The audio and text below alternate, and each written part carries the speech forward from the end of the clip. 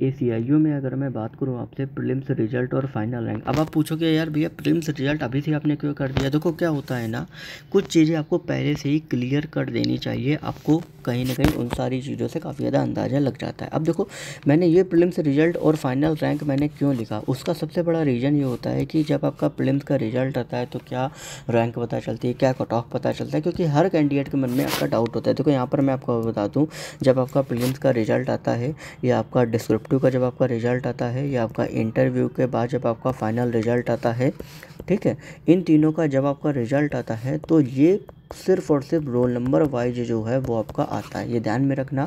और वो roll number wise जो आपका रिजल्ट आता है उसमें ना आपको कट ऑफ पता होती है, क्योंकि ये पूरी तरीके से कॉन्फिडेंशियल जो होती है वो आपकी रखी जाती है, तो उनसे कट ऑफ अगर आपको पता नहीं चलती है तो ये चीज़ ध्यान में रखना। दूसरी चीज़, रोल नंबर आने से आपको रैंक भी नहीं पता चलेगी, क्योंकि जब तक मार्क्स आपके नहीं आते तब तक आपको ये सारी चीज़ें पता नहीं चलती, तो ये चीज़ आप अच्छे से ध्यान में रखें।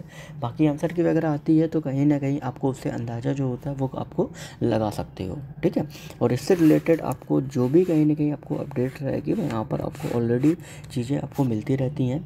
और बाकी इसके अलावा कोशिश करो ज़्यादा से ज़्यादा प्रीलिम्स पे फोकस करने की, क्योंकि मेन जो इनका स्कोरिंग जो होता है वो आपका प्रीलिम्स ही होता है। डिस्क्रिप्टिव में 50 मार्क्स का होता है, प्रीलिम्स जितना ज़्यादा आप अच्छा करोगे उतना ही बेहतर आपके चांसेस होते हैं सेलेक्ट होने के।